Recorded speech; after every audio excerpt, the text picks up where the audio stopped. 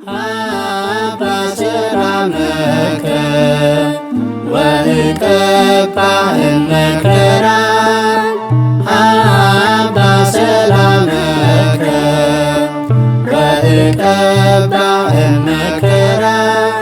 ለሀገሪትነ ኤርትራ ለሀገሪትነ ኤርትራ። እግዚአብሔር ላይካነ ምስጢር ዲያቆናት፣ መዘምራን፣ መዘምራት፣ አቦታት፣ አዴታት፣ አህዋትን፣ አሃትን ሰላመ ልዑለ ባህሪ እግዚአብሔር አምላክ ምስኩላትና ይኹን። ከመይ ሓዲርኩም ከመይከ አርፊድኩም። እግዚአብሔር ይመስገን ኢልና ነቲ ቅዱስን ንጹሕን ዝኾነ እግዚአብሔር አምላክና ክነመስግኖ ንልቦናና አነቃቂሑ በቅዱሳን መላእክቱ አሰኒዩ አብዛ ቅድስት ስፍራ ንአምልኮት ዝኣከበና ጥንቲ ዝነበረ አልፋ ንዘለዓለም ዓለም ዝነብር ኦሜጋ ጎይታናን አምላኽናን ፈጣሪናን መድኃኒትናን ኢየሱስ ክርስቶስ ምስ ባህሪ አብኡ ምስ እግዚአብሔር አብ ምስ ባህሪ ሕይወቱ ምስ እግዚአብሔር መንፈስ ቅዱስ ስሙ ንዘለዓለም ዓለም ዝኸበረን ዝተመስገነን ይኹን። ንእግዚአብሔር አምላክና ዝረአናላ መስትያትና ምስ ልዑል እግዚአብሔር አምላክ እንዘራረበላ ቋንቋማ መርገመ ሥጋ መርገመ ነፍስ ዘይብላ ንጽሐ ሥጋ ንጽሐ ነፍስ ንጽሐ ልቦና አዋሃሂዳ ዝተረኽበት ንልዑለ ባህሪ እግዚአብሔር አምላክ ብፍጹም ንጽሕና ብፍጹም ቅድስና ብፍጹም ድንግልና ዝወለደት አደ ፈጣሪ አደ አምላክ አደ እግዚአብሔር ድንግል ማርያም አዴና ቅዱስ ዕፀ መስቀል ኩሎም ቅዱሳን እግዚአብሔር አምላክ ከከም ዝሃቦም ክብሪ ዝኸበሩን ዝተመስገኑን ይኹኑ። ዝኸበሩን ዝተመስገኑን ይኹኑ። ሕራይ እግዚአብሔር አምላክ ንቅዱስ ዕላማ ኣብ ቅዱስ ናይ እግዚአብሔር ቤት መቅደስ ተኣኪብና ኣለና። እግዚአብሔር አምላክ ክምህረና እግዚአብሔር አምላክ መንገዱ ከብረሃልና ሎሚ ናብዛ ቅድስት ስፍራ አምጪና ኣሎ። እዚ ጊዜ እዚ ናይ እግዚአብሔር እዩ። እዚ ሰዓት እዚ ንእግዚአብሔር ዝተውሃበ ሰዓት እዩ። ኣብዚ ጊዜ እዚን ኣብዚ ቦታ እዝን ክዛረብ ዝግብኦ እተይ ሓቀኛ ዝኾነ እግዚአብሔር አምላክ እዩ። ልቦናና ከፊትና አእምሮና አንቂሒና ብተመስጦ ናይ ልዑለ ባህሪ ናይ ቅዱስ እግዚአብሔር አምላክና ስም ፀዊዕና ብቃሉ ምእንቲ ክንዘራረብ ናይ ካልኦት ሰባት ሓሳብ ምእንቲ ከይነኸፋፍል ኣብ ኢድና ሒዝናየን ዘለና ሞባይላት ብሙልአን ሳይለንት ንግበረን።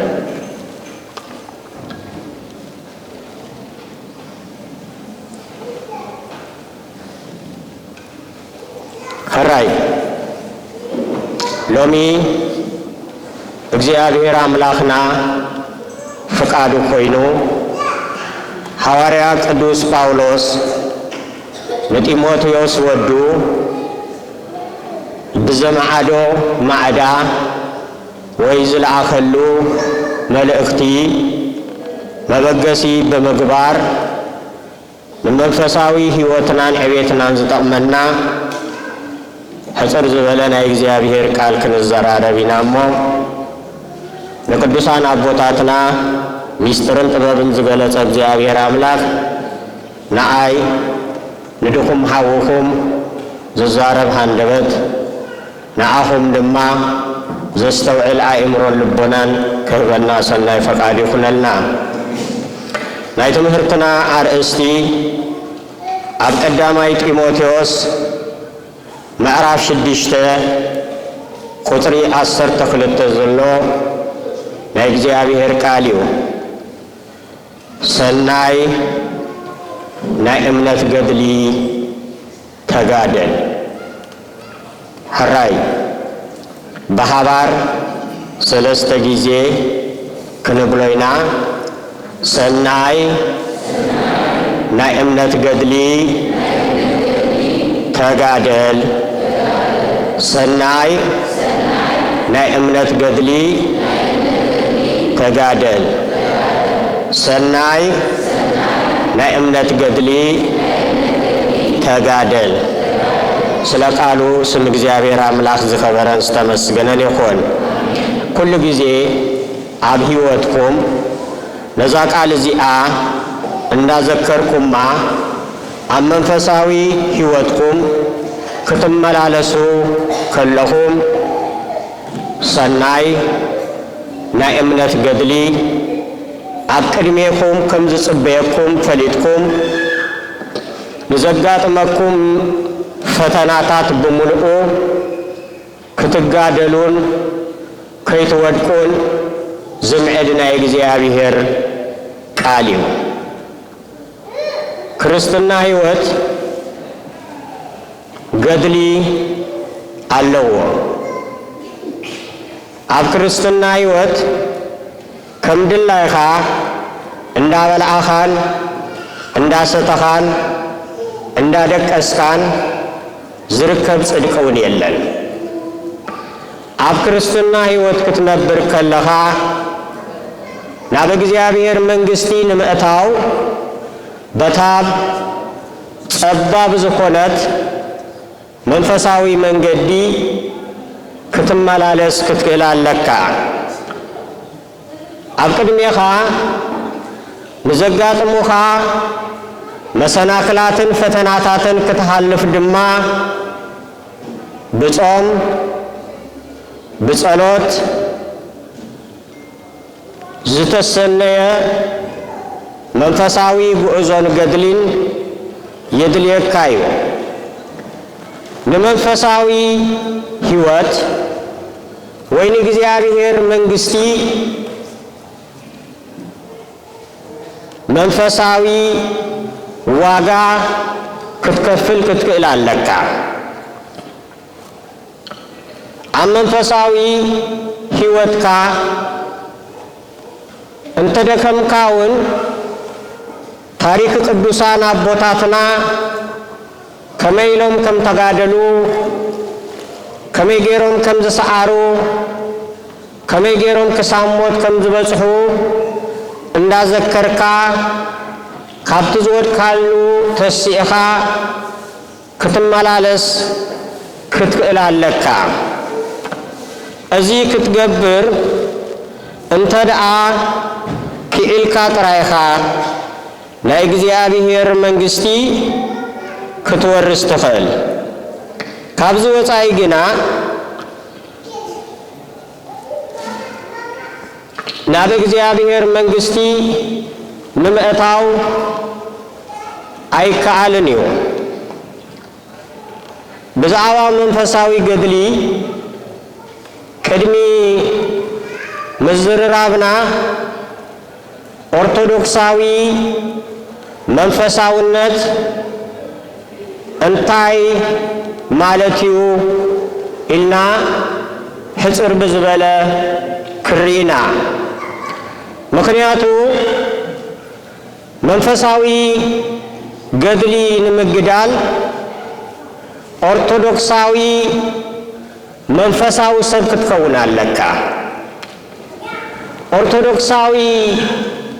መንፈሳዊ ዘይኮነ ሰብ መንፈሳዊ ናይ ሃይማኖት ገድሊ ፍጹም ክጋደል ኣይክእልን እዩ። ስለዚ መጀመርያ መንፈሳዊ ገድሊ ቅድሚ ምጅማርካ ኦርቶዶክሳዊ መንፈሳዊ ክትከውን ኣለካ። ኦርቶዶክሳዊ መንፈሳዊ ናይ ህይወት መንገዲ እዩ። እቲ መንገዲ ድማ ናብ ዘለዓለማዊ ክብርን ዕረፍትን ዘብጽሕ ናይ ድሕነትን ናይ ቅድስናን መንገዲ እዩ። ናብዚ ናይ ድህነትን ናይ ቅድስናን መንገዲ ንምኻድ ኦርቶዶክሳዊ መንፈሳዊ ክትከውን ኣለካ። ክርስቲያን ንምዃን ወይ ኦርቶዶክሳዊ መንፈሳዊ ንምዃን በ40 ብ80 መዓልቲ ብምጥማቕ ውልድነት ሥላሴ ብምርካብ ናይ ቤተ ክርስቲያን አባል ክትከውን ኣለካ ማለት እዩ። ስለዚህ አነ ንስኻትኩምን ኦርቶዶክሳውያን መንፈሳውያን ንምዃን በ40 ብ80 መዓልቲ በወለድና ተጠሚቕና ውልድነት መንፈስ ቅዱስ ተቐቢልና ደቂ እግዚአብሔር ኮይና ኢና ማለት እዩ። ጎይታናን መድኃኒናን ኢየሱስ ክርስቶስ ኣብ ዮሐንስ ወንጌል ምዕራፍ 3 ቁጥር 3 ሰብ ካልዓይ ጊዜ እንተ ዘይተወልደ ንመንግሥቲ አምላክ ክርእያ ከቶ ከም ዘይክእል በሐቂ እብለኩም ኣለኹ ኢሉ ሰብ ካብ ማይን ካብ መንፈስ ቅዱስን ዳግማይ ክውለድ ክኽእል ኣለዎ። ንሕና እውን ካብ ማይን ካብ መንፈስ ቅዱስን ተወሊድና ኢና። ነዛ ቃል ሕጂ ዝትርእይዋ ዘለኹም በሐቂ ኢሉ ዝተዛረበሉ ምድጋሙ ኣይኮነን። ንምንታዩ በሐቂ ዝበለ ናይ ምድግጋም ልምዲ ስለ ዘለዎ ወዲሁ መጽሐፍ ቅዱስ እንተዳይልና ኣይኮነን። እንታይ ደኣ ንዓጽንኦ እዩ ጽኑዕ ምዃኑ ካብ ማይን ካብ መንፈስ ቅዱስን እንተ ዘይተወሊድካ ወዲ ሥላሴ እንተዳ ዘይኮንካ መንፈሳዊ ሰብ ክትከውን ኣይትኽእልን። መንፈሳዊ ገድሊ ክትጋደል ኣይትኽእልን። ናብ እግዚአብሔር አምላክ መንግሥቱን ክትኣተው ኣይትኽእልን ኢኻ ማለት እዩ። ዝተጠምቀ ሰብ ካብ እግዚአብሔር ናይ ጸጋ ውልድነት ይረክብ። ብድሕሪዚ ጎይታ ኣብ ወንጌል ንደቀ መዛሙርቱ ዘስተምሃሮ ጸሎት ክጽልይ ይኽእል። እንታይ ኢሉ ኣብ ሰማያት እትነብር እንታይና ኢሉ አቦና። ስለምንታዩ ኣብ ሰማያት እትነብር አቦና ኢሉ ክጽልይ ዝከኣለ ብስም አብን ብስም ወልድን ብስም መንፈስ ቅዱስን ተጠሚቁ ወዲ መን ስለ ዝኾነ እዩ? ወዲ እግዚአብሔር ስለ ዝኾነ እዩ። ንሱ ድማ ወደይሉ ዝሰምዓና ደቁ ምስለ ኸውን እዩ። ካብ ዓለማዊነት ናብ መንፈሳዊነት፣ ካብ ስጋዊነት ናብ ቤተ መቅደስ እግዚአብሔርነት ናብ ናይ ዘለዓለማዊ ጸጋ ዘሰጋግረና መቅደስ እግዚአብሔር አምላክ ክንከውን ዘብቃዓና እንታዩ እንተዳይልና ኦርቶዶክሳዊ መንፈሳውነት እዩ። እዚ ድማ በጥምቀት ዝርከብ እዩ። ኦርቶዶክሳዊነት ብመንፈሳውነት ናይ ምዕባይን ናይ ምግልጋልን ህይወት እዩ። ኦርቶዶክሳዊ ዝበሃል ሰብ ስለተጠመቀ ጥራይ ክኸውኑን ኣይክእሎን እዩ። ብመንፈሳዊ ትምህርቲ ከዓቢ ክኽእል ኣለዎ። ነዚሁ ሐዋርያው ቅዱስ ጳውሎስ ንገላትያ ክርስቲያናት ኣብ ገላትያ 3:27 ከመይ በክርስቶስ ዝተጠመቅኩም ዘበልኩም ንክርስቶስ ለቢስኩም ወይኹም ዝብለና። ጥምቀት ንክርስቶስ ምልባስ ካብ ኮነ ንክርስቶስ ንምምሳል ድማ መንፈሳዊ ትምህርቲ ክንምሃር ይግባአና እዩ። በመንፈሳዊ ህይወት ክንቁስቆስ ይግባአና እዩ። ነዚዩ ቅድስት ቤተ ክርስቲያን ናይ ወንጌል ትምህርቲ አዳሊያ ንደቃ መንፈሳዊ ትምህርቲ ሰሪዓ ተምህሮም ዘላ። ሐዋርያው ቅዱስ ጳውሎስ ነዚ ሐቅ እዚ ከምዚሉ ገሊጽዎ እዩ። ኣብ ቀዳማይ ቆሮንቶስ ምዕራፍ 3 ቁጥር 16 ቤት መቅደስ አምላክ ምዃንኩምን መንፈስ እግዚአብሔር አባኻትኩም ሓዲሩ ከም ዘሎዶ ኣይትፈልጡን ኢኹም ይብለና። ንሕና በርባዓን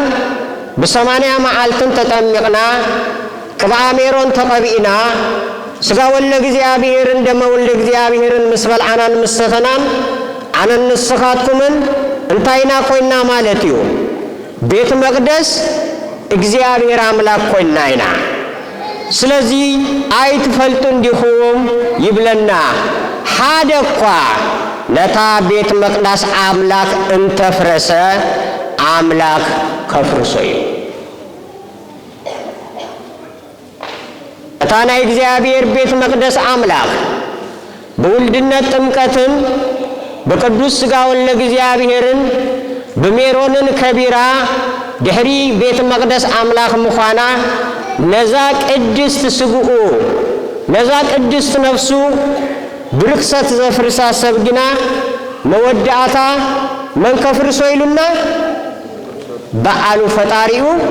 እግዚአብሔር ከፍርሶ እዩ። እዛ ቤት መቅደስ እዚኣ ድማ መን ኢልኩም ንስኻትኩም ኢኹም። ኣብ ቤተ ክርስቲያን ትምህርትና ብዙሕ ጊዜ ተማሂርኩሞ ስለ ዝኾንኩም ኣይደጋግሞን እየ።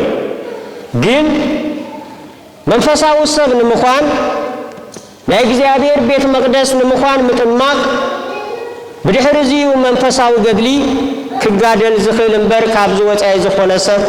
ብመሰረቱ መንፈሳዊ ገድሊ ንምግዳል ዓቕምን ሓይልን ኣይክህልዎን እዩ። ኩሉ ሰብ ቤት መቅደስ አምላክ ብምዃኑ ንነፍሱ ካብ ክፍኣትን ሓጢአትን ሓልዩ ክነብር ናይ ኩሉ ኦርቶዶክሳዊ መንፈሳዊ ግዴቱ እዩ። ካብ ሓጢአት ኣዚና ክርሕቅን ክንጥንቀቅን ነቲ ዝፈጠረና እግዚአብሔር አምላክ ከይንሕዝኖ ክንጥንቀቅ ይግባአና እዩ። እዚ ዘይገብር ሰብ ኦርቶዶክሳዊ መንፈሳዊ ኣይኮነን።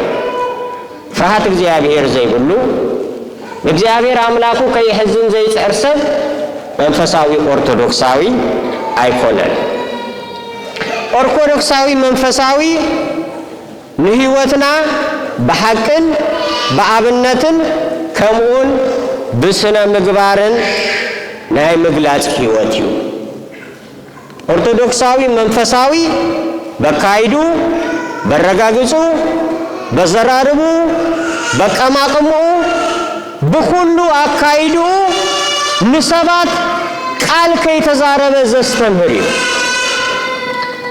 እዞም ሕጂ ብዚ ተኣኪብና ዘለና ኣብዚ ቤት እዚ ስንመጽእ ከለና አከዳድናና አረጋግጻና ኩሉ ነገርና ኦርቶዶክሳዊ ዝጨኑ ወይ ኦርቶዶክሳዊ አምሲሉ ዘሪኤና አከዳድና ተኸዲና ክንከውን ንኽእል ኢና። ግን ካብዚ ምስ ወፃና አከዳድናና አዘራርባና አካይዳና እቲ መንፈሳዊ ህይወትና ዘበለ ብምሉ ኦርቶዶክሳዊ መንፈሳዊ የብለና እዩ። ነፍስኹም መርምሩ። አከዳድናና አቀማቅማና አለባብሳና አዘራርባና ኩሉ ስራህና ካብቶም ኣብ ዓለም ዘለው ዝተፈለየ ይኮነን። ስለዚ ናይ እግዚአብሔር መንግስትን ምውራስን ከምቲ ሐዋርያው ቅዱስ ጳውሎስ ኒጢሞቴዎስ ወዱ ሰናይ ናይ እምነት ገድሊ ተጋዲልካ ንምስዓር ኦርቶዶክሳዊ መንፈሳዊ ምዃን የድሊ እዩ። ኣቦታትና ሐዋርያት 12 ኮይኖም እዮም። ንዓለም ብምልእታ ወንጌል ኣስተምሂሮም ብርሃን ዝኾኑ እሶም ብቃሎም ጥራይ ኣይኮኑ ዘስተምህሩ ነይሮም ብትክክል ኦርቶዶክሳውያን መንፈሳውያን ምዃኖም በዘራርቦም በከዳድኖም ብስነ ስርዓቶም ብስነ ምግባሮም ዝተመስከረሎም እዮም ነይሮም ንሕና ክንጽዋ ከለና ክርስቲያን ኢና ንበሃል ክርስቲያን ማለት እንታይ ማለት እዩ ንክርስቶስ ዝለበሰ ንክርስቶስ ዝመስል ማለት እዩ ከም ስምና ኣለና ዲናውን እግረ መንገድና ንመርምር ምዚ ኣተሓሒዝና መንፈሳዊ ሰብ ካብ መንፈሳዊ ስነ ምግባርን ሐሳብን ተግባርን ትምኒትን ንርእሱ ናይ ምሕላው ግዴታ ኣለዎ እሰን ድማ ስነ ምግባራዊ ዝበሃላ ካብ ዝሙት ነብስኹም እንዳመመርኩም ካብ ሓሶት ካብ ስስዐ ካብ ዓለምን ገንዘብን ፍቅሪ ካብ ተስፋ ምቁራጽ ካብ እምነት ምስዓን ካብ ዘየደሊ ሓጎስን ሓዘንን ዘየደሊ ሓጎስን ሓዘንን ኣሎ ካብ ቁጥዐን ካብ ሕርቃንን ካብ ምብልጭላጭን ካብ ክፉእ ትምኒትን ካብ ግብዝነትን ካብ አሌታውነትን ካልእውን ካብ ተፈላለየ ዘይሰናይ ክርስቲያናዊ ስነ ምግባራት ክንቆጠብ ክንክል ኣለና በአንጻሩ ድማ በሰናይ ስነ ምግባር በፍቅሪ በሰላም በቅድስና በንጽህና በትሕትና በለዋሃት በቅንዕና ናይ መንባር መንፈሳዊ ክርስቲያናዊ ግዴታ ኣለና አጽንኤ አትሪረ ዝዛረብ ዘለኹ ኣብ ቤተ ክርስቲያን ተገልግሉ መስቀል ክርስቶስ ክስከሙ አሚንኩም ደሊኹም ፈቲኹም ዝመጻኹም ስለዝኾንኩም ኣብ ሕይወትኩም ንዘጋጥመኩም መሰናክል ሰጊርኩም ሰናይ ናይ እምነት ገድሊ ክትጋደሉ እንተደኣ ኮይንኩም ከመይ ዓይነት ሰባት ክትኮኑ ከም ዘለኹም ክትፈልጡ ስለዝደለኹ እየ እዚ ሕጂ ዝበልኩኹም ዝርዝር ክትፍጽምዎን ከይትፍጽምዎን ዝግባአኩም ነገራት ሐዋርያው ቅዱስ ጳውሎስ ዝተዛረበን ቃልየን ሐዋርያው ቅዱስ ጳውሎስ ኣብ ሮሜ 1 ካብ 22 ስጋብ 32 ዘበለኔን ኦርቶዶክሳዊ ዝኾነ ሰብ በእምነቱ ጸኒኡ በምግባሩ ዘዓቢ ሰብ እዩ መጀመሪያ ሃይማኖታዊ ጽንዓት የድሊ ብድሕሪ ድማ በመንፈስ ምዕባይ የድሊ እዩ ንሕና ኦርቶዶክሳውያን ናይ ስነ ምግባር ተኽሊና ሓንቲ ገረብ ምስተከልካያ ማይ ምሰስተኻያ እንታይ እንዳኾነት እያ ትኸይድ እንደ ዓቤት ጨናፍር እንዳወሰኸት እንዳለምዐት ፍረ እንዳፍረየት እያ ትኸይድ ሓቂ ደ ንሕና ድማ ቃለ እግዚአብሔር ድሕሪ ምምሃርና ወይ ቃለ እግዚአብሔር ክንምሃር ከለና ካብቲ ንምሃሮ ዘለና ቃለ እግዚአብሔር ድማ መንፈሳዊ ለውጢ ወይ ድማ መንፈሳዊ ዕቤት ክነርኢ ኣለና ምክንያቱ ኦርቶዶክሳዊነት ናይ ዕቤትን ናይ ለውጥን ሕይወት እዩ ኦርቶዶክሳዊ ኮይኑ ቃለ እግዚአብሔር ተማሂሩ ቃለ እግዚአብሔር ተነጊሩ መንገዲ እግዚአብሔር አሪኦሞ እንተደኣ ክልወጥ ዘይክል ተኮይኑ እዚ ኦርቶዶክሳዊ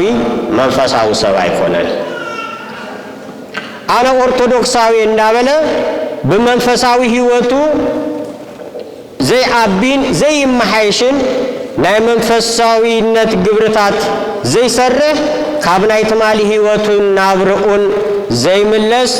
ንርእሱ ዘይ ፍትሽን ዘይ ምርምርን ንሃይማኖቱ በስርሃን በሐቅን በመግባርን ዘይ ልውጥ ሰብ ንሱ ኦርቶዶክሳዊ አይኮናል። ስለዚህ ክትልወጡ ክትክሉለኩም ለውጥሁም ድማ በዓልኩም ክትመዝንዎ ክትክሉለኩም ትማል ከመይ ነይረ ሎምኸ ከመይ ኣለኹ ኣብ መንፈሳዊ ዕቤተይ ብጾም ህይወተይ ከመይ ኣለኹ ብጸሎት ህይወተይ ከመይ ኣለኹ ብስግደት ህይወተይ ከመይ ኣለኹ ብምጽዋት ህይወተይ ከመይ ኣለኹ ናብ እግዚአብሔር አምላክ ብምቅራብ ህይወተይ ከመይ ኣለኹ ኢልኩም እለት እለት ንህይወትኩም ኣብ ሚዛን ክርስትና ክትቀምጥዎ ክትክሉለኩም እንተ ደኣ ደኺምኩም ስለምንታይ ደኺመ አበየናይ አንፈቲት ድኻም ዘለኒ ነየናይ መንገዲ ከስተኻኽል ኣለኒ ኢልኩም ክትመዝኑ ክትክሉለኩም ሃይማኖተኛ ንሃይማኖት ተከታሊ ጥራይ ግና ዋጋ አየውህብን እዩ አነ ኦርቶዶክሳዊ ስለዝኾንኩ አነ ኣብ ዓውደ ምህረት ደይበ ወንጌል ስለዝሰበኩ ንስኻትኩም ኣብ ዓውደ ምህረት ደይብኩም ወንጌል ስለዝሰብኩኩም ወይ መዝሙር ስለዝዘመርኩም ናይቲ ዝሰበኩሞን ናይቲ ዝዘመርኩሞን ዋጋ መንግስተ ሰማያት ክንወርሲና እንተ ኢልኩም ኩላህና ዓሺና ኢና መንግስቲ እግዚአብሔር ንምውራስ ቀዳማይ መንፈሳዊ ሰብ ምዃን ካልኣይ ሰናይ ናይ እምነት ገድሊ ምግዳል ግዴታና እዩ ስለዚ ቤተ ክርስቲያን በመምጻእኹም ሰናይ ጌርኩም አገልገልቲ እግዚአብሔር አምላክ ብምዃንኩም ሰናይ ገበርኩም ግና መንፈሳውነት ኣብ ዝቕመጠሉ ሚዛን ተመዚንኩም እንተ ደኣ ፎኪስኩም ተረኺብኩም ግና ድኻም ጥራይ እዩ ምክንያት እንተ ኢልኩም ሃይማኖት ብስራህን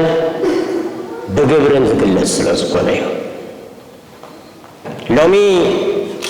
ከምዚ ኸማይን ከማኹምን ዘለው መንእሰያት ካብ ስራህን ግብርን ርሒቆም እምነት ጥራይ ንኢየሱስ እመኑ እምበር ንኢየሱስ ተቐበሎ እምበር መንግስተ ሰማያት ከተኣቱ ኢኻ እንዳበሉን ሰባት ይዕሹ ኣለዉ ኣሻ መንእሰይ ድማ መንፈሳዊ ገድሊ ጸሊኡ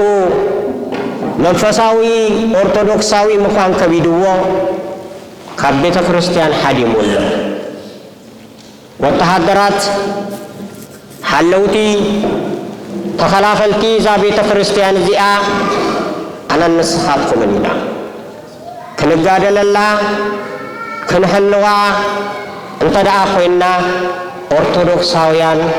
መንፈሳውያን ክንከውን ይግባአና እዩ ሐዋርያው ቅዱስ ያዕቆብ ኣብ ያዕቆብ መልእክቱ ምዕራፍ 2 ካብ 12 ክሳብ 20 ከምዚ ኢሉ ኣሕዋተይ ሓደ ሰብ እምነት ኣላትኒ እንተበለ ምግባር ግና ካብ ዘይህልዎ እንታይ ይጠቕሞ ኣነ ኦርቶዶክሳዊ እንተበልኩም ተጠሚቀ እንተበልኩም ክሳብ ክንዲዚ ዓመተይ ስጋ ወልደ እግዚአብሔር በልዔ ስጋ ወልደ እግዚአብሔር ሰትዬ ኣጽዋማት ይጸውም የኔረ እንተበልኩም ሕጂ ግና ካብቲ ክትሕልውዎ ዝግባአኩም እንተ ደኣ ዘየሊኹም እንታይ ይጠቕመኩም ይብል ኣሎ ምግባር ግና ካብ ዘይልወኩም እንታይ ትጥቀሙ እዛ እምነት እዚኣ ዶ ክተድህነኩም ትኽእል እያ ሓዊ ወይ ሓፍቱ እንተዓረቁ ናይ ዕለት መግቡን እንተሰኣኑ እሞ ሓደ ካባኻትኩም ንስግኦም ዘድሊ ከይሃበ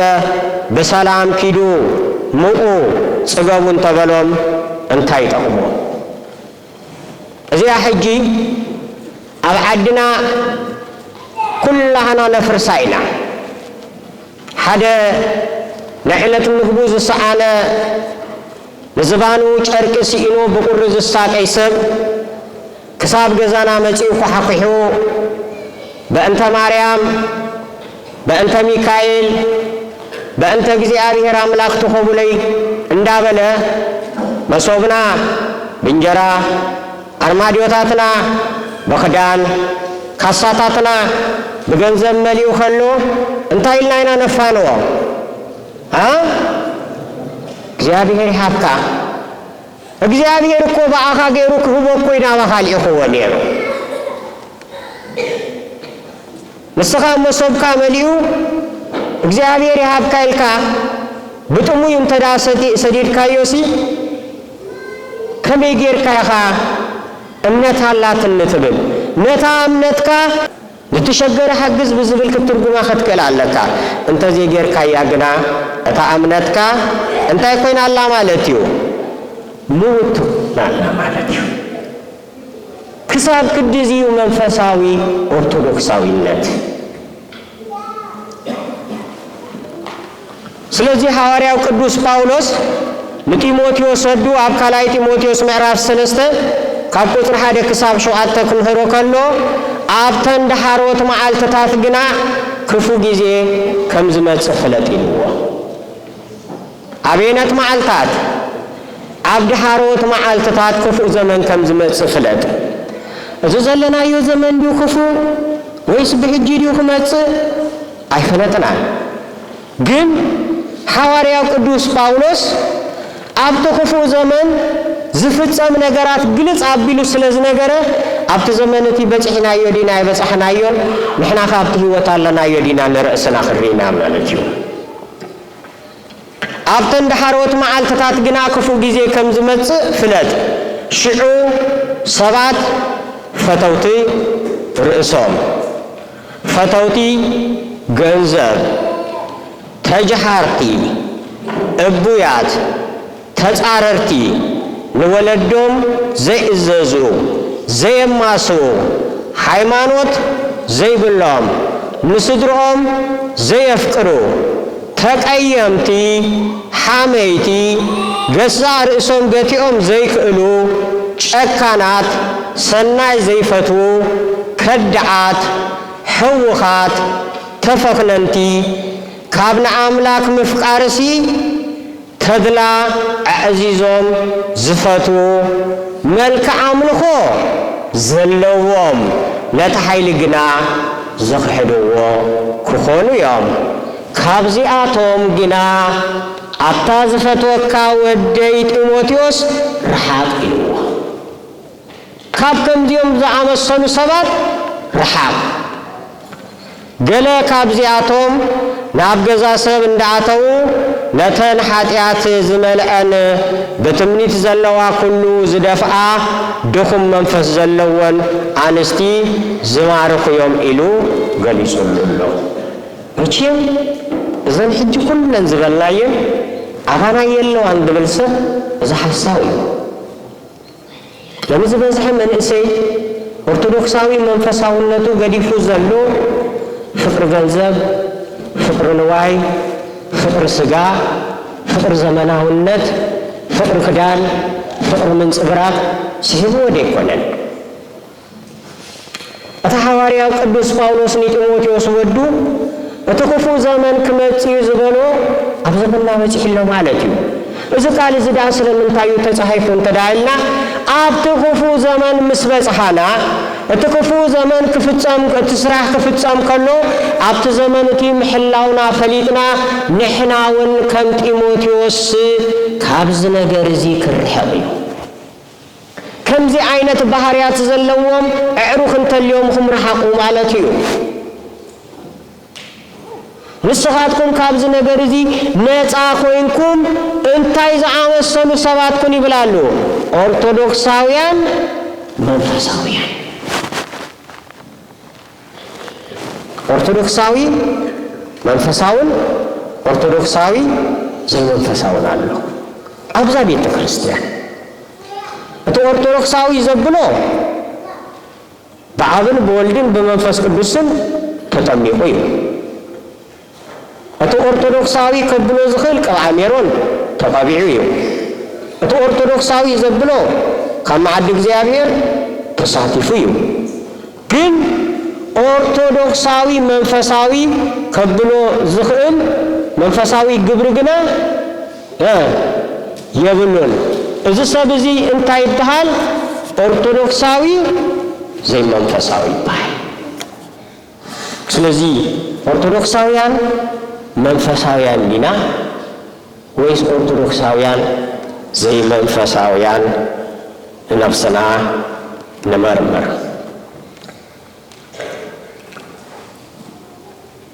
በገንዘብና ሰናይ ነገር እንበር ክፉ ነገር እንገብረሉ የብልናኒና ቤተ ክርስቲያን መስራህ ሀብታም ምዃን አይተቃወምን እያ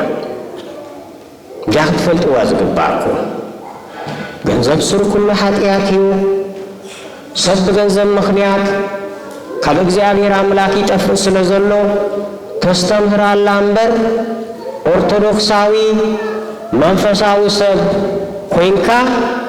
ሀብታም ክትከውን አይትጸልእን እያ ምኽንያቱ ኩላህና ሀብታማት ክንከውን እያ ትደልየና ብስጋናን ብምንታይናን ግን ብነፍስናን ኦርቶዶክሳዊ መንፈሳዊ ኦርቶዶክሳዊት ቤተ ክርስቲያን ሰብ ብስጉ ጥራሕ ሀብታም ክኸውን አይትምዕድን እያ ሐዋርያው ቅዱስ ጳውሎስ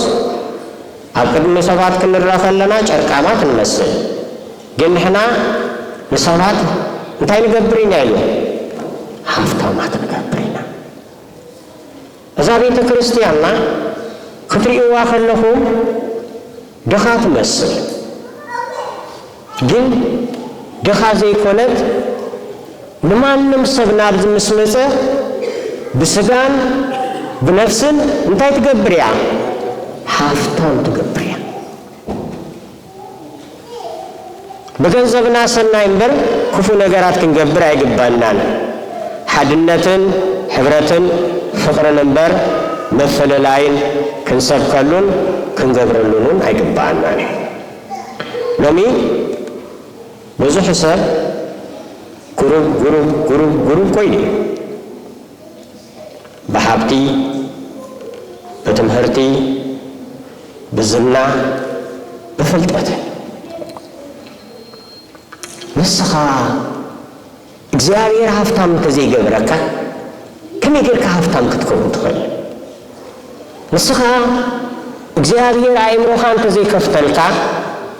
እግዚአብሔር ልቦናኻ እንተዘይብርሃልካ እግዚአብሔር ኣብ አእምሮኻ ሰሌዳ ኣብ ልቦናኻ ጽላት ፍልጠትን ጥበብን እንተዘይቀምጠልካ ነይሩ ከመይ ጌርካ ፈላጥን ጥበበኛን ትኸውን ንሕና ንስኹም እኮ ካብ ማህፀን ኣዴና ክንወፅእ ከለና ምንም ዘይብልና ባዶ ኢና ወፂና ሙሉእ ዝገበረና መን እዩ አቤት ፈላጣት ዝገበረና መን እዩ ኣብዚ ደረጃ እዚ ክንበፅሕ ዝገበረና መን እዩ بحجون نحاسبو زي كونه እግዚአብሔር ንዓና ዝጠቅመና ዝሐስበልና ብዙሕ ነገራት አሉ ቁሩብ አስኳላ እንተዳ ቆጪርና ቁሩብ ኢምንት ዝኾነ ገንዘብ እንተዳ ሒዝና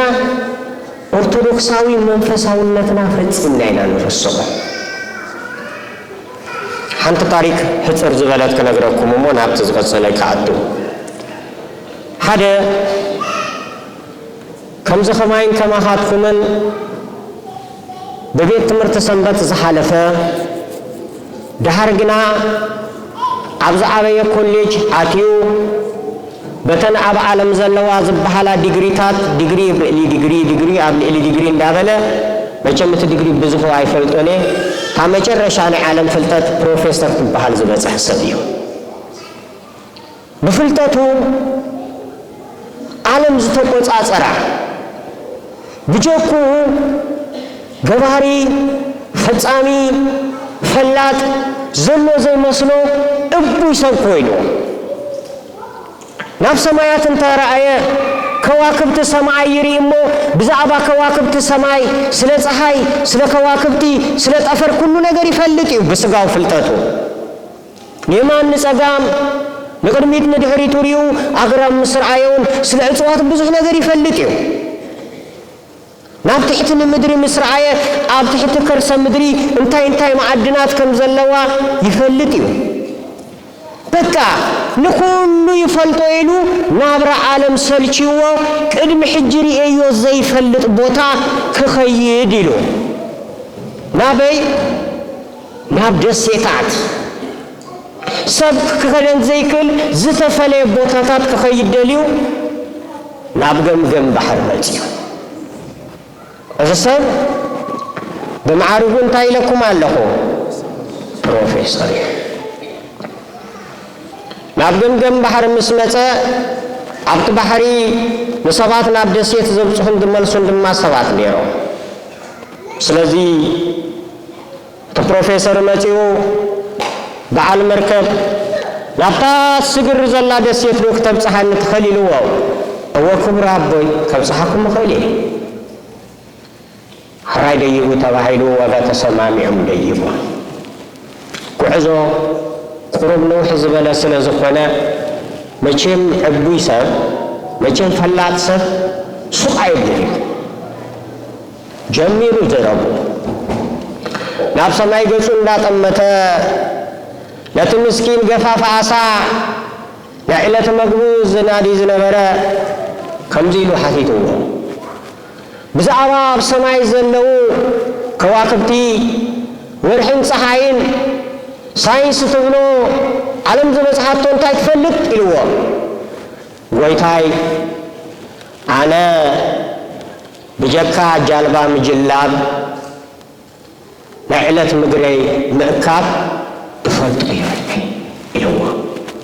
ፍርቂ ነብስኻ ሲኢንካ ኢኻ ርብዕስ ነብስኻ ሲኢንካ ኢኻ ኢልዎ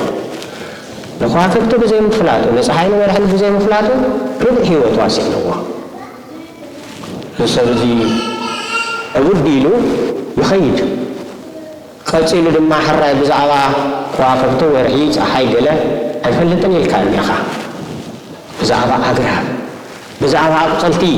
ብዛዕባ ፍረታት ኣብ ምድሪ ዘሎ እፅዋት ከ እንታይ ትፈልጦ ነገር ኣለካ ኢልዎ ጎይታይ ኣቀዲመ እኮ ነጊረኩም ኣነ ብጀካ ዓሳ እዚ ጃልባ ምጅላብን ዕለታዊ ምግበይ ምእካብን ትፈልጦ የብለይን ኢልዎ ርብዕ ሂወትካ ሲኢንካ ኢኻ ሕጂ ኢልዎ በቲ ፕሮፌሰር ዘረባ ሰብ እዚ ክንዲ ሂወቱ ሲኢኑ ኣሎ ንክርስቶስ ብዘይ ምፍላጡ ክስእን ዝግብኦ ነይሩ ሓቂ ድዩ ሰብኣይ ሙሉእ ሂወተይ ከየሰዓኑኒ ኣብ ቦትኦም ከብፅሖም ኢሉ ክኸይድ ጀሚሩ ሕራይ ገፋፍ ዓሳ ኢኻ ኣብ ባሕሪ ዓዲኻ ኣብ ባሕሪ ትነብር ኣለኻ ብዛዕባ ኣብ ትሕቲ ባሕሪ ዘለዋ ዓሳታት ካልኦት እንስሳታት ናይ ባሕሪ ሲ እንታይ ትፈልጥ ኢልዎ ጎይታይ ምድር ኢሉ ሓዲቑ እንድዩ ከይውድኡ ወያ ፍርቂ ቦቱ ከይበፅሐ ከሎ ጎይታይ ኣነ እኮ ነጊረኩም እየ ብጀካ ዓሳ ባሕሪ ምግቢ ጅላብን ዕለታዊ መግበይ ምእካብን እኮ ዝፈልጡ የብለን ርብዕ ሂወትካ ሲኢንካ ኢኻ ኢሎሞ